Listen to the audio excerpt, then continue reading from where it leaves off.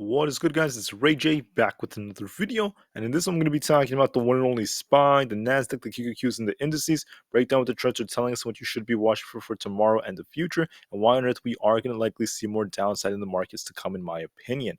Now, before I break anything down about this, before I get into any more details, I do have to mention a couple of things before starting. Firstly, I'm not a financial planner. Make sure you take none of this as financial advice whatsoever. And also, if you guys can, please smash the like button if you want to see more videos like this. It not only benefits me, it benefits the entire community as a whole. And the last thing is, if you guys can, please check out the Webull link down below in its description. If you sign up for Webull, the link down below, and deposit any amount of money into the account, you're guaranteed up to 12 free stocks, each worth up to $3,000. And the best part is, any could be a free Tesla share. It's a limited time offer. It's been extended for another week. Check it out before they run out. With that out of the way, let's get on with the video. Looking at SPY's, things currently at 407.6 at the time I'm recording this, just about 10 minutes before the market closes. The real question is, what is the market going to do? Are we about to just try to bounce? Are we going to try to get a rebound, or is the market going to continue to downtrend? The indicators are telling us it's very probable that we're going to downtrend for quite a while, and we're likely going to see some of these gaps get filled on SPY. But we do need a little bit more confirmation for me to be a lot more confident about that claim. I am pretty confident, but to be way more confident, I want to see SPY break below a very important level. That's around 406.55, around that zone. If we break that zone, this thing is most likely going to come down even harder. But for the time being, we are still in a very important level. I mean, it could try to bounce just a little bit, get a very small counter trend bounce tomorrow morning before it continues to drop. If it breaks the lows from today, I'm going to be watching this 406.5 area. If that fails, which I think it most likely will within the next 2 days, then this thing is just going to continue to slide, as we're seeing some bullish signals for the VIX and many other of the inverse ETFs out there. And we're likely going to see SPY continue to crumble, at least for the next couple of days.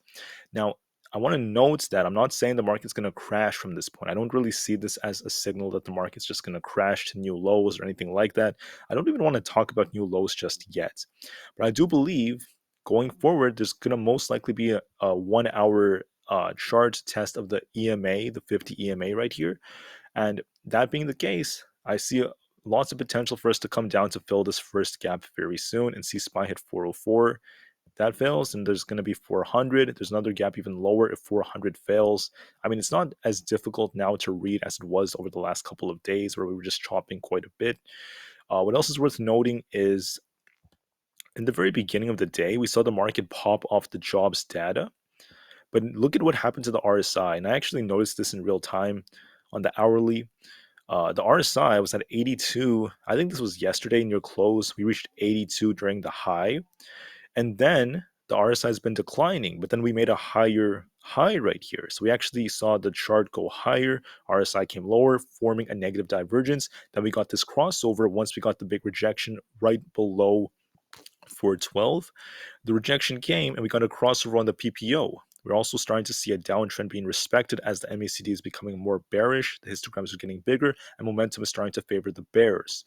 I do believe bulls are going to try to fight a little bit tomorrow, trying to bounce just a little bit, but overall, I don't think it's going to lead to too much upside. It might just be a small bounce followed by even more downside, and I do see us retesting 406.5 very, very soon. The question is, could we hold it? I believe the odds favor us breaking below it very soon, and we're likely going to see this thing continue to crumble over the next couple of days. Now, for the options chain, I just want to note that we saw hundreds of thousands of puts being entered again today and also from yesterday. We did see an increase in the overall puts that were out of the money, and we saw a lot of out of the money puts being bought. Now, it wasn't just for scalping. A lot of people were just expecting the market to drop even harder. And the put to call ratio was not that bad today. It's not too bad for tomorrow as well, around 2. And for April 6th, which is going to be the last trading day of the week, it's going to be on Thursday. Remember, the market's going to be closed for Good Friday. This is also going to be very important. We have almost 1 million puts expiring on that day. However, that does not guarantee any sort of price action. I know last week I was telling you guys that we had a crazy high amount of puts and a very high put to call ratio, and that did lead to a short squeeze. But this week we're not getting the same signals. We're seeing the market slowing down. It's been quite overextended over the last couple of days, and downside does still seem more imminent.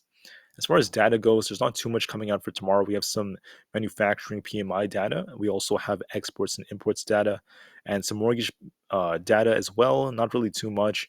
For Thursdays, which is going to be the last day of the trading week, we have initial jobless claims that's going to be very important. And seeing the fact that job openings did slow down, that's why the market popped in the very beginning of the day.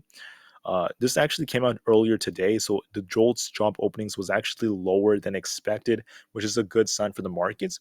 It basically means that the jobs sector is showing weakness.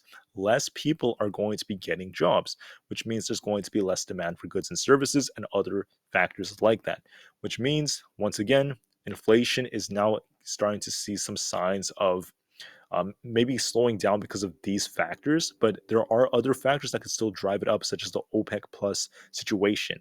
So we do have some mixed data overall, but this jobs number alone did actually help for the market's benefit. That's part of why the market pumped in the very beginning, but the market did fail to hold those higher levels, and now the downtrend is still looking imminent. Once again, the negative divergence is playing out. SPY starting to respect the downtrend. I'm going to be looking for it to establish a very key lower high. It did try to do it right here. Let's just see tomorrow if that continues, and most likely will. And then we're likely just going to continue to downtrend going forward. But overall, it's trying to get above 408. I mean, once again, not looking too strong. The odds are still more in favor of the bears. We'll see how this thing reacts tomorrow, but I do believe it's going to most likely establish a lower high and then end up continuing to downtrend from here. Another reason why I say this is because when you look at the VIX is starting to look more bullish. On the 1 hour time frame, the VIX came down, forming a nice double bottom around this like 18.5 zone, and it started to bounce off here. I was telling you guys this yesterday. The VIX looks like it wants to bounce, and it did end up doing that. On the daily chart, the VIX is getting dragged up even more because of the market, but you don't have to just look at the market. You can also look at what the daily chart is telling us. The VIX has been dropping really hard. It was looking very bearish before, and once again, this 18.5 zone held up, and the MACD is starting to get tighter and tighter as the RSI is starting to build up too. We have the first green day in the VIX after a very long time. I mean, it's been like, what, 7 days in total since we last saw the VIX green. This is a good sign that the VIX is going to try to get above 20 from this point. It needs more confirmation, of course, but the odds do favor the VIX trying to get a nice bounce. And once again, why is this happening? Because it's measuring the implied volatility of the S&P 500, which is trending down, which means IV goes up and the market continues to slide. The HYG was leading the rally to the upside, then also leading the rally to the downside. It actually started to remain very indecisive yesterday. And now we're starting to see smart money, if you want to use that term, smart money. They're now starting to sell. They were selling the rally at the top. They've been selling for the last couple of days, actually. And we're likely going to see this continue to downtrend. HYG had an indecision candle, a doji right here, followed by more downside, which is most likely going to come from this formation.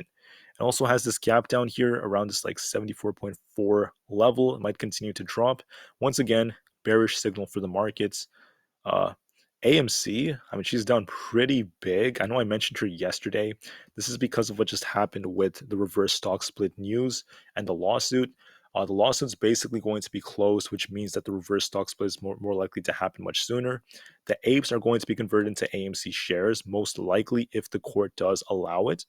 And then if that happens, AMC is going to get a massive float. Then they do a reverse stock split, causing the float to get smaller. But the problem is there are over 900 million apes. Apes will make up the majority of that kind of like a conversion. And then AMC shares are going to make a much smaller percentage of it, which means that the apes are going to gain value in a way because the apes are going to turn into AMC stock. AMC is going to lose some value because once again, ape is worth a lot less and it's going to start diluting it in a way right before the reverse stock split happens. So for that reason, AMC is dropping, ape is going up. And right now, there's not a really like clear sign of AMC bouncing. I think 3.7 around that zone is very important. But for now, it's just not looking that good. Neo is sliding very similar to what I said yesterday. I told you there's this gap down here on Neo. It's likely going to fill it. It's going to fight for $9 very soon, most likely. If it fails, there's another gap around 8.7. I think the odds favor Neo eventually coming down thanks to the market and other factors. Microsoft, I told you that Microsoft might try to pump to about 290 and might reject off that. That was my prediction from yesterday. We hit about 290.45, And now we are forming, once again, a reversal candle. It might try to hold this level tomorrow a little bit, but it's likely going to just continue to downtrend a bit. There's this gap down here on Microsoft, this 280. Don't forget about that. If it fails around this like 284 area and it ends up trending down from there, it is most likely going to come very close to filling this gap, if not filling it, which means we do have some potential downside now. On top of that, we also have the QQQ. The triple Q is actually holding up a little bit better than SPY so far, at least as of right now. I know SPY is trying to pump at the end of the day. We're actually about to close right now. Once again, it still is favoring the bears. Uh, the QQQ is not looking too bad. It is trying to hold this 318 zone. That's very important. So far, we don't have a whole lot of confirmation of the market like tanking, but on the QQQ, if it fails at this 318 level tomorrow or very, very soon, it is most likely going to come down to retest 315. That's a very important level. If that fails, then I can actually see this thing continuing to slide and start filling some of these gaps. 310 is where it can end up at, but we have to actually get a clean break below 318. Haven't done that just yet. I also want to note that I think our important 50 EMA on the hourly is around 315 as well. We could get a test of this if it does break down below 318. We're very close to doing so, but so far it's still trying to hold this. In my opinion, the odds do favor this eventually coming down. We don't really have, I think we have a negative divergence technically. Yeah, we made a higher high here, but the RSI went lower. That is suggesting to me that the NASDAQ and the QQQ might start to downtrend a bit. I don't know if it's going to pop a little bit into open tomorrow and then start to, downtrend. I think that's very likely, or it might just continue to downtrend going forward. I'm not seeing this as a massive crash. I mentioned that earlier, but I do see this as once again being very likely for the market to pull back and cool off its RSIs and other factors like that. Amazon's holding up quite nicely. I mentioned to you guys I thought Amazon would get to about 103, then maybe reject. Instead, it's actually continuing to go. Amazon so far has a very important resistance around 105. If it does keep going, it could retest that, then reject, or it might slow down a bit as we get very close to earnings. Tesla did something similar to what I predicted. I predicted Tesla would pump today. I predicted it would pump to about 198 to about 200, around that zone. It went there, then I told you it would likely reject and come all the way down to about 192, around this level. I told you if it broke 192, it could come all the way down to 187 to 188. If Tesla and the market do end up continuing to downtrend, which they most likely will, in my opinion, Tesla could get dragged down even lower to this 187 to 188 area if it fails to hold this 190 to 192 area. I believe Tesla once again will try to bounce again tomorrow, but establish a lower high, and it might continue just chomp around, trade sideways, and maybe break below 192 again, and then start to test the 190s, the very low 190s. If that fails, then we have 187 to 188 on Tesla. The trend is still favoring the bears now. You can see Tesla's just downtrending over and over again. So it just needs some time, but this is what I'm essentially seeing. Nvidia rejected off this 280 area. I did mention this as a very, very important level. My thought process was Nvidia might go a little higher to about 282.5 and then end up coming down. Instead, this thing rejected off 280 and it ended up coming down from the get-go. Now it's getting very close to a very important level. That's the 272 area, which is where the 50 EMA happens to be. If that fails, I could see this thing coming down to about 270 flat. If 270 fails, then we have 266 and 264. In my opinion, I don't think it's dead just yet. I think this thing is going to try to bounce again tomorrow and then continue to just downtrend, trade very sideways, but I do believe it's going to slowly get closer to 270. Apple right now, it ended up turning red. It's at 165. In my opinion, Apple might try to get back above 166 into open. I don't think this is actually trending down too horribly. It's actually holding up nicely. We do technically have a negative divergence though, or I think we do. Let me just double check this. Uh, yeah, we do actually. So the RSI went lower, the share price went higher. Apple might try to push up one more time, then continue to downtrend. If it fails, if it fails to hold 165, I'm going to be watching 163.5. If that fails, then we have right where the 50 EMA is, around 162.5, followed by 160 flat. I believe this thing will either bounce a little, then end up coming down, or it might just continue to downtrend. Most likely, I see it coming down very, very soon. I also want to note that I think that we have some gaps below. There's a gap down here around the very high 150s. There's another one a little bit lower. Either way, I do see that potentially being tested by Apple.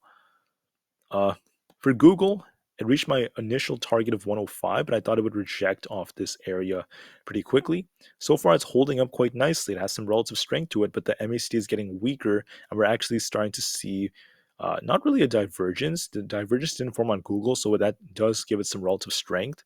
It might try to chop around this 103 to about 105 area for the time being, but if the market comes down a little harder, we could see this get dragged down and come closer to about 100, which is where it has this gap down here.